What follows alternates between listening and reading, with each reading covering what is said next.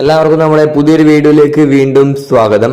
കേരള ബ്ലാസ്റ്റേഴ്സും അതുപോലെ തന്നെ ISLുമായി ബന്ധപ്പെട്ട ഏറ്റവും പുതിയ വാർത്തകൾ ലഭിക്കാൻ ഈ ഒരു ചാനൽ ഇപ്പോൾ തന്നെ നിങ്ങൾക്ക് സബ്സ്ക്രൈബ് ചെയ്ത് സപ്പോർട്ട് ചെയ്യാവുന്നതാണ്.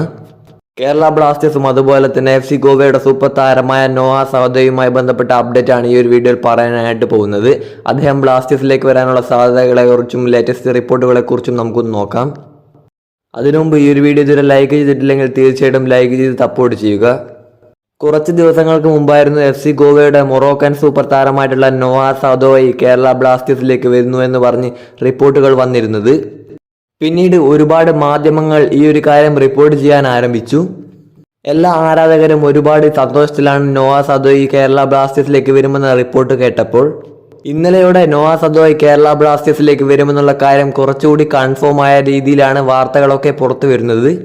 ഇന്ത്യയിലെ തന്നെ പ്രശസ്ത സ്പോർട്സ് ജേർണലിസ്റ്റ് ആയിട്ടുള്ള മാർക്കസ് മെർഗുലാവോട് ഒരു ആരാധകൻ ഇങ്ങനെ ചോദിച്ചപ്പോൾ, അതായത് Noah to KBFC, Dimitrios to FC Goa ഇങ്ങനെ ചോദിച്ചപ്പോൾ അദ്ദേഹം പറഞ്ഞത് ഇതിലൊന്ന് കറക്റ്റ് ആണ് എന്നതാണ്.